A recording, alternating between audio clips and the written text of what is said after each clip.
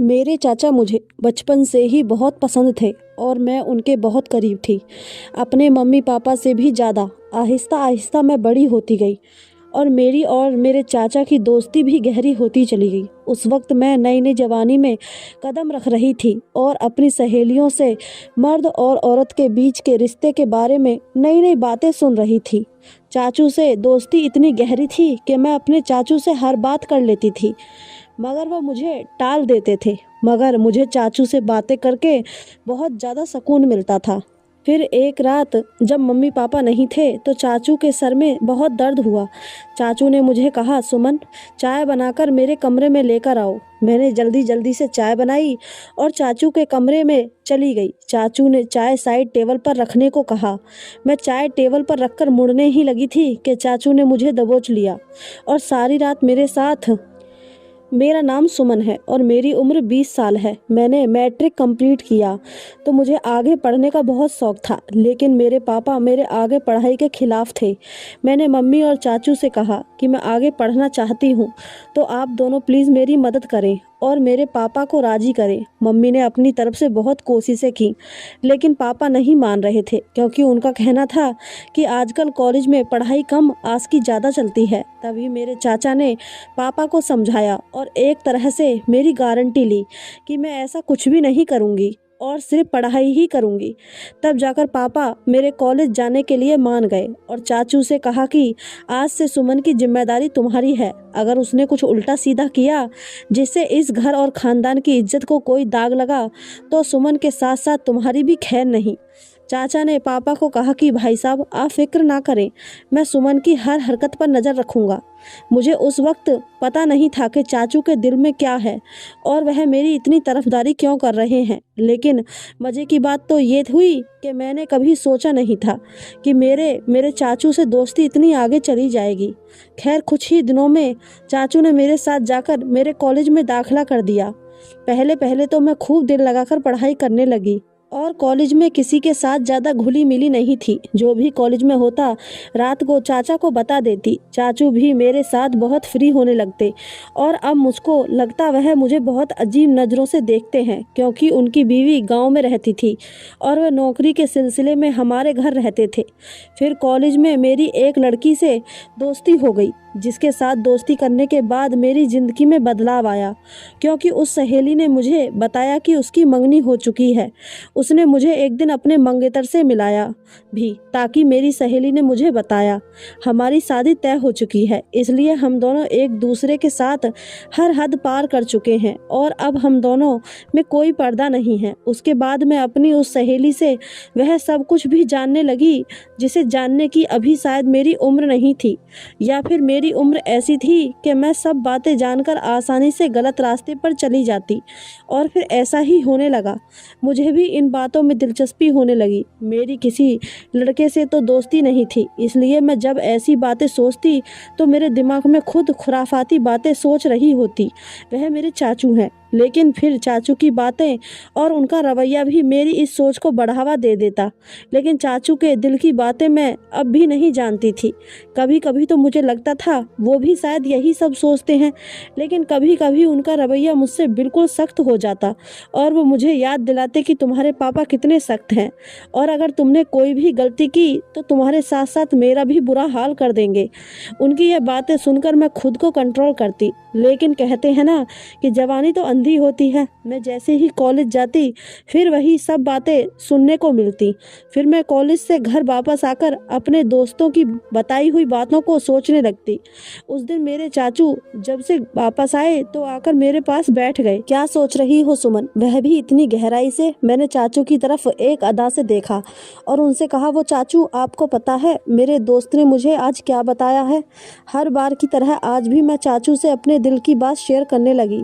मेरी बचपन से आदत थी कि मैं अपनी हर बात चाचू को बताती थी, फिर वह चाहे कैसी भी बातें क्यों ना हो। चाचू भी मुझे ऊपर से नीचे तक देखते हुए बोले, हाँ बताओ, क्या बताया है तुम्हारी दोस्त ने तुम्हें? मैंने उन्हें कहा, मेरी दोस्त मुझे बता रही थी कि इंटरनेट पर बहुत किस्म की वीडियोस होती हैं, जिन वीडियोस में हर तरह की मालूमात मिल जाती है।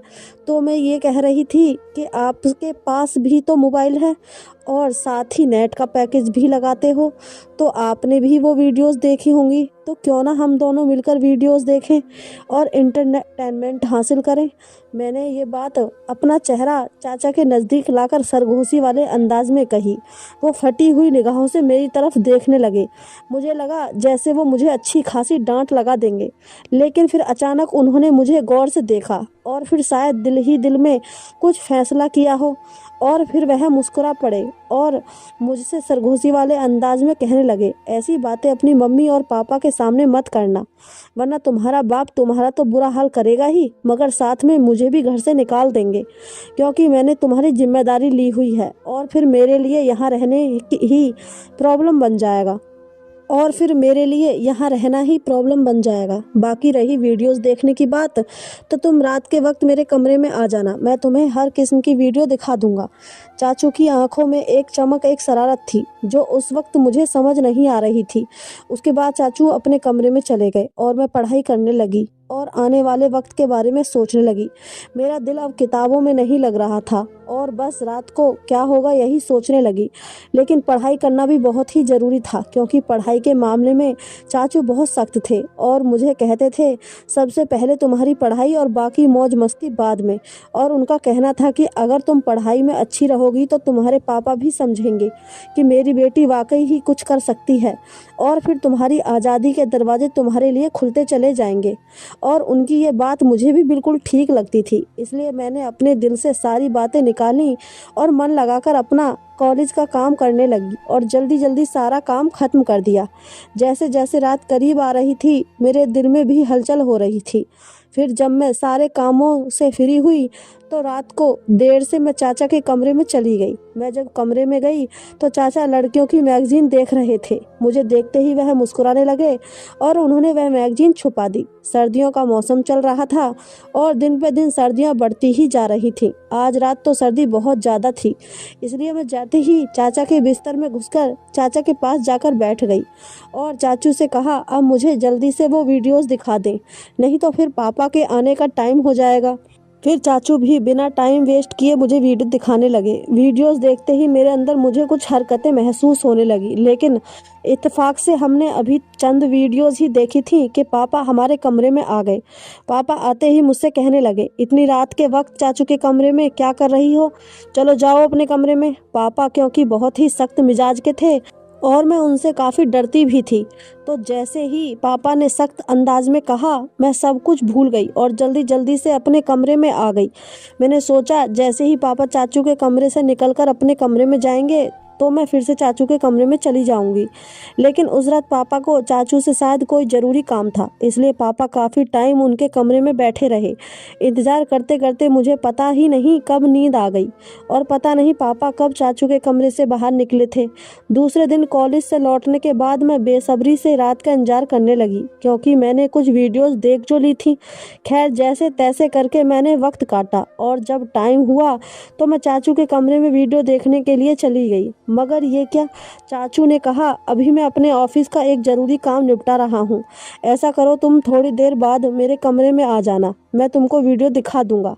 मैं जो सुबह से वीडियोस देखने के लिए बेताब हो रही थी, तो मैं चाचू पर थोड़ा गुस्सा करके बैठ गई। मेरे मोबाइल पर नेट का पैकेज लगा हुआ था। तभी मेरे फ़ोन पर किसी न्यू नंबर से मैसेज आया। उसकी भेजी हुई तस्वीर देखकर मेरी आंखें फटी की फटी रह गईं। मैं अभी उस तस्वीर को देख ही रही थी कि उस आदमी के मैसेज आने लगे। वह काफ़ी रूहानी अंदाज में बातें कर रहा था। मैं जो पहले ही बेताब थी, तो मैं भी उसको उसी अंदाज में जवाब देने लगी। फिर मुझे ख्याल आया कि ये सब बात मुझे चाचू को बताना चाहिए। मैं फ़ौरन चाचू के कमरे में आई, लेकिन उनके कमरे का दरवाज़ा बंद था। तब मैं अपने कमरे में वापस आ गई और उस अनजान लड़के से वैसे ही बातें करने लगी। मैं मोबाइल पर उस वक्त मैसेज पर बात कर रही थी जब मैंने उसे कहा कि मैं तुमको देखना चाहती हूँ और उसको वीडियो कॉल पर बात करने को कहा। उसने मना कर दिया। उसी टाइम मैं अपने कमरे से बाहर निकली तो मेरी नज़र चाचू पर पड़ी। वो उस वक्त अपने कमरे से निकलकर सीढ़ियाँ चढ़ते हुए छत पर जा रहे थे और उनके हाथ में भी मोबाइल था। मुझे हैरत हुई कि वो रात के इस वक्त छत पर क्यों जा रहे हैं। रात के 12 बज रहे थे। मुझे नींद भी नहीं आ रही थी, लेकिन मेरे दिमाग में ये शक भी आ गया गया था कि कहीं चाचू ही तो मुझे न्यू नंबर से मैसेज नहीं कर रहे। खैर मैं यही बातें सोचते सोचते अपने चाचू के ख्यालात में पता नहीं कब नींद की वादियों में खो गई और एक ख्वाब देखा जिसमें चाचू मेरे साथ थे और बोल रहे थे, इसी काम को करने के लिए तो मैंने तुमको रॉन्ग नंबर से मैसेज किए। तभी मेरी आंख खुल गई। सुबह सुबह मैंने देखा चाचू का मूड बहुत खुशगवार था। वह मेरे साथ बहुत हंस कर बातें कर रहे थे। इससे पहले मैं अपने कॉलेज पैदल ही जाया करती थी, लेकिन उस दिन चाचू ने कहा, आज से मैं तुम्हें अपनी बाइक पर कॉलेज के लिए ले चलूँगा। तो मैं भी उनके साथ चल पड़ी। जैसे ही कॉलेज ख़त्म हुआ और मैं गेट से बाहर निकली तो चाचू मेरा पहले से ही इंतज़ार कर रहे थे। वो मैं आज बहुत उदास थी क्योंकि मेरी दोस्त मुझसे नाराज़ थी, क्योंकि हम दोनों के दरमियान लड़ाई हो गई थी। चाचा ने रास्ते में मुझसे उदासी की वजह पूछी तो मैंने बता दिया कि मेरी सहेली से लड़ाई हो गई है और मेरा मूड बहुत ख़राब है। तो चाचा ने कहा, चलो तुम्हारा मूड ठीक करते हैं, और चाचा ने बाइक एक बिरयानी की शॉप पर रोक दी। उनको पता था मुझे बिरयानी बहुत पसंद है। फिर हम दोनों ने वहाँ पर बिरयानी खाई और कोल्ड ड्रिंक भी पी। चाचा वहाँ भी मुझसे हंसी मजाक कर रहे थे। उसके बाद मैं चाचा के साथ घर वापस आई। उस दिन मम्मी पापा घर पर मौजूद नहीं थे तो चाचू मुझसे पूछने लगे, तुमने मुझे दोबारा से वो वीडियोस दिखाने को नहीं कहा? तो मैंने उन्हें बताया कि मैंने तो पहले से ही देख ली हैं। चाचू एकदम से चौंक कर मेरी ओर देखने लगे और बोले, कैसे देखी हैं? तुम्हारे पास तो सिर्फ फ़ोन होता है। उन्होंने सख्त अंदाज में पूछा था। मैंने उन्हें बताया कि मेरा एक नया दोस्त बना है, उसने भेजी थी। मैं रात को आपको बताने के लिए आ रही थी मगर आप सो रहे थे। अब चाचू ने ये सुना तो वो गहरी सोच में डूब गए और बोले, अच्छा तुम अभी जाओ और कपड़े बदल कर आ जाओ, तब तक मैं खाना लगाता हूँ। भाई और भाभी किसी की शादी में हमारे गांव गए हैं तो वो लोग कल ही वापस आएंगे। चाचू ने जब मुझे ये बताया तो मैं कपड़े बदलने अपने कमरे में चली गई। जब मैं वापस लाउंज में आई तो देखा कि चाचू मेरे मोबाइल पर कुछ तलाश कर रहे थे। मुझे अपनी तरफ बढ़ता देखकर चाचा ने मेरा मोबाइल मेज पर रख दिया।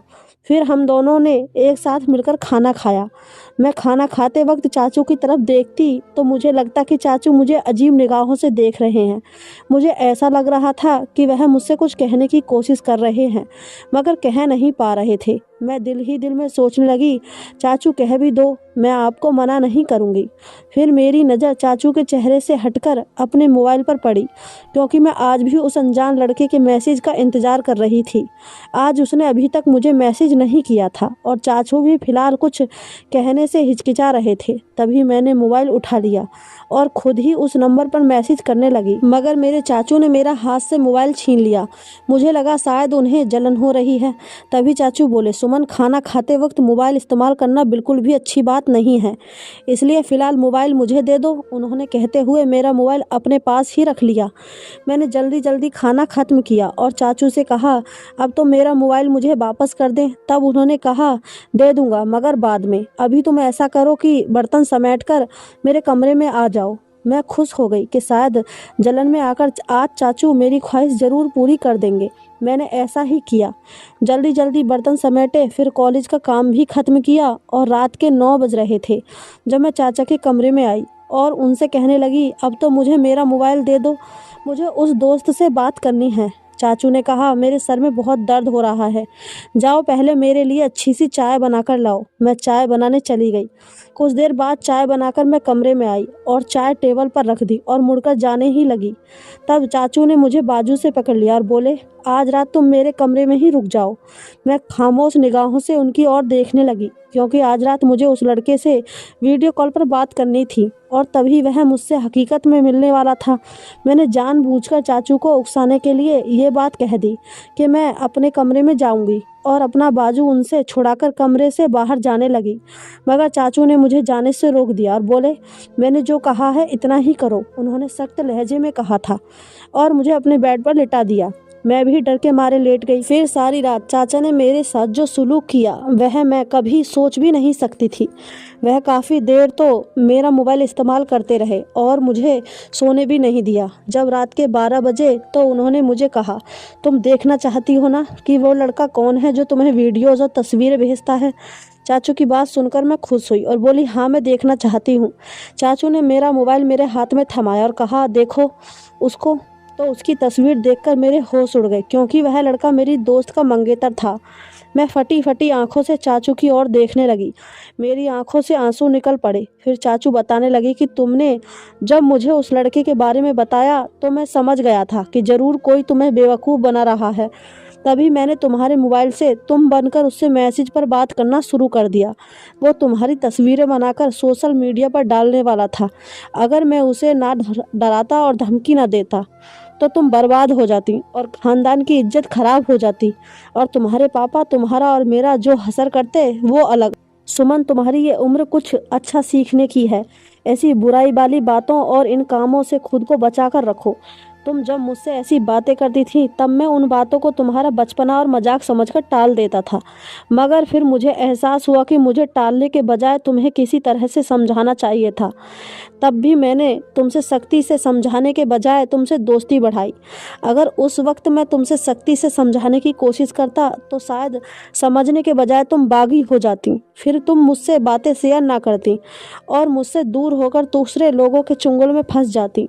चाचू की बात सुनकर मैं फूट फूट कर रो पड़ी। उन्होंने मुझे दिलासा देकर खामोश करवाया और समझाया कि मैं कॉलेज में ऐसी लड़कियों से दोस्ती करूं जो पढ़ाई में तेज हों, ना कि बुरे कामों में। मैंने भी चाचू से वादा किया कि मैं अब सिर्फ अपनी पढ़ाई पर ध्यान दूंगी, ऐसे बुरे कामों में नहीं पड़ूंगी। आपको आज की हमारी कहानी कैसी लगी कमेंट करके ज़रूर बताएं। कहानी अच्छी लगी हो तो चैनल को सब्सक्राइब, वीडियो को लाइक ज़रूर करें। धन्यवाद दोस्तों।